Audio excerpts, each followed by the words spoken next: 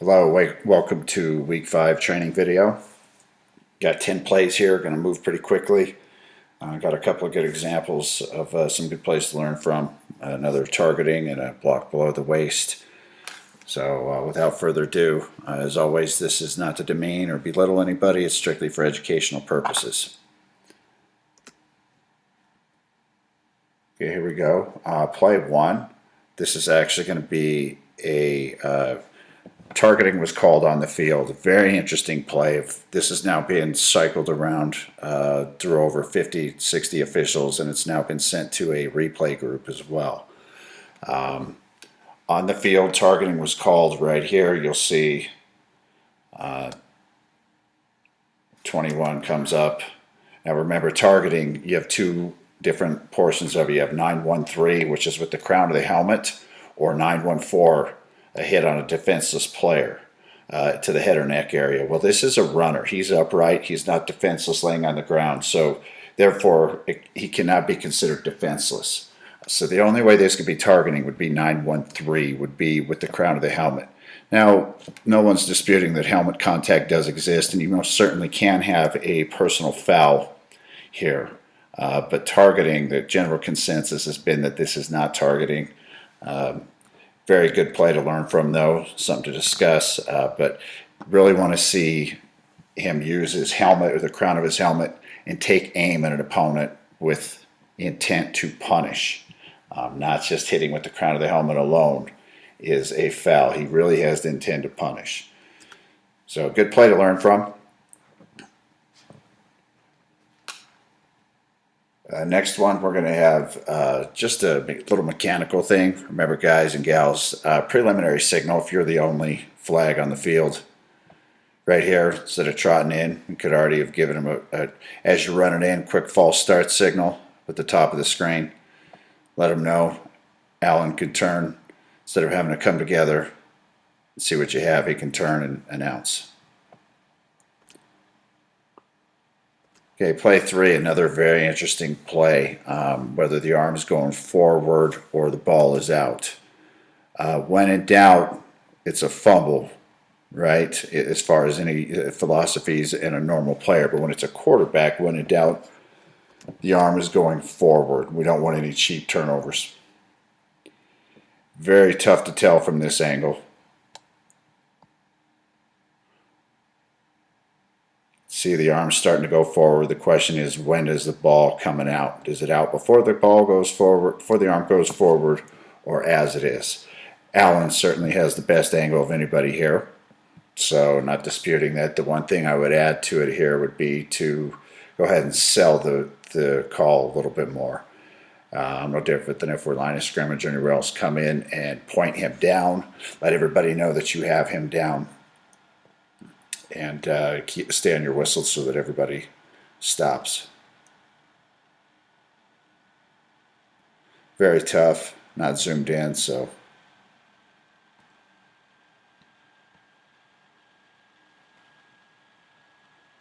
Good play to learn from again. Referees come in, sell the call.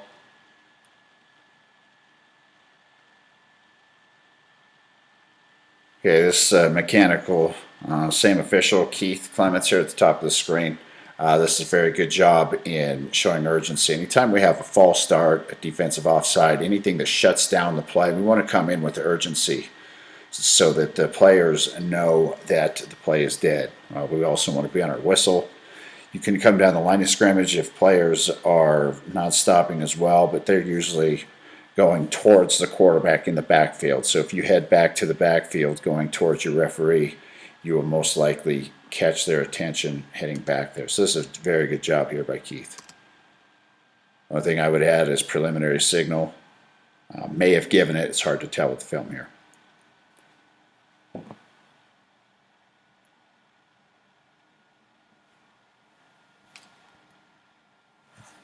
Okay, play 5. This is a hit that starts on the sideline. There was one earlier in the game where the quarterback was a good 2 yards out of bounds. Or if the hit starts right at the sideline, a lot of times it can look very ugly, carry out of bounds, but we would need both players to be out of bounds. This hit starts at the sideline as the defender is falling down. He's already got an arm on him and sort of pulls him to the ground. So it doesn't look the best. Of course, the visitors are upset by it. They think it should be a foul. You always want to protect your players, but this is a good no call. It starts at the sideline. You can see the blue player is on the sideline here. So it's also another example of why we need those sidelines back. And good thing the Nightmare had a pretty good sideline here to keep everybody safe. And you'll see here again, the hit starts right at the sideline. Carries out of bounds, kind of trips over players, so it looks ugly from the far side in the stands. It can appear very ugly, but actually a very good no call. In play 6, and this is a play with the lineman downfield. Remember, for an ineligible downfield, it is where the linemen are when the ball is thrown. So it's very easy at the speed of the game sometimes to blink, look downfield, look back, and the guy can be 4 or 5 yards, and we may think we have an ineligible downfield. Here you see the ball's being snapped at the 37. And you see that player, he's gone down to the 35. He's come back a yard, so he's at the 36 now, but he's gone to the 35. Ball is thrown.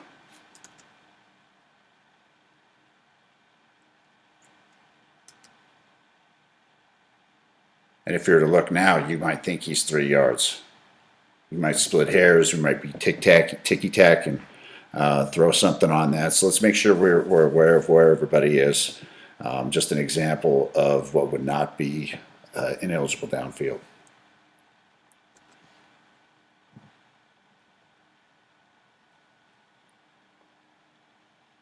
Okay, this is a great example of a unrestricted lineman with a legal block below the waist. Remember, down linemen within the tackle box, they are unrestricted at the snap. So basically, they can go in any direction as long as the ball is still in the zone.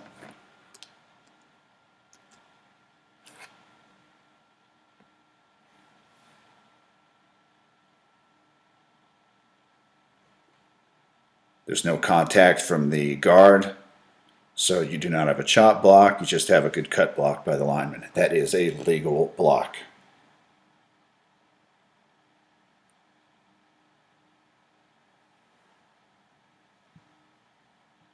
Okay, play 8 is a good example of continuing to officiate. We have offside by the defense here. They are not unabated. The offensive line just kind of stops and quits. It might be easy to consider shutting this down for safety reasons, but really everybody stops. Quarterback is able to fight him off and get the pass off. I think the defender might be complaining the quarterback is face masking him, but he's fighting for his life. The bottom line is the whole offensive line stops, and when that ball is snapped, defensive line is barely offside. So there's really no reason to shut that down. If that quarterback gets blasted, that's on his offensive line. So good job in continuing to officiate what is not unabated to the quarterback.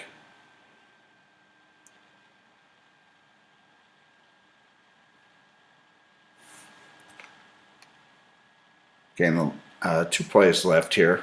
This one here is a good example that we don't get a whole lot of film on. Double action. The term double action, you have a knee down, you spring forward, bounce, you skip. We certainly can award extra yardage that is not earned if we don't see the second action. So right here we see his knee is down, the ball is at approximately the 41-yard line or so, the 41 and a half, and then he bounces off his knee, springs forward, slides past the 40. So we certainly don't go past the 40 for the spot, which is good, but we probably give him an extra yard or a yard and a half on the spot here.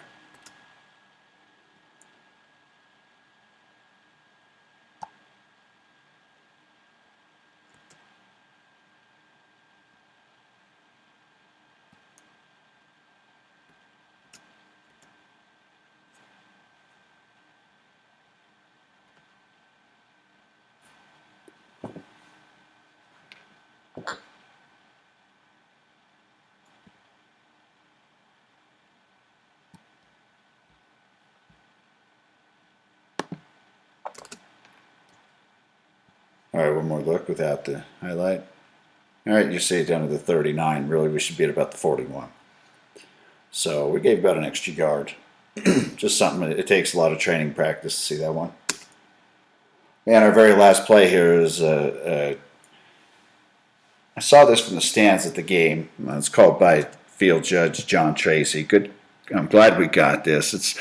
It's questionable whether we could call a trip or a block below the waist or both. The bottom line is it's a personal foul for what we have here, and I'm glad he got it. So you see here the receiving team member is going low. He's making an attempt to hit this guy. The guy sees it's coming, so he tries to go around him, but then he trips over his leg.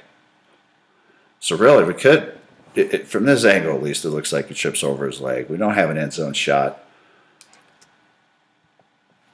But either way, we got it. 15 yards. John actually goes up and adjusts his flag after this as he talks to Cecil and makes sure he gets it right. So it's a good call. Looking right where he's supposed to. So overall, this crew did a very good job. In fact, I'm very pleased with all the crews I've seen working. I got out to see a couple of them last week, and everybody's doing a pretty good job overall. So keep up the good work, everybody. I do appreciate it. And that's going to conclude this week's training video. Everybody working this weekend, have a great game. And those that are off, enjoy your weekend. Thanks, everybody.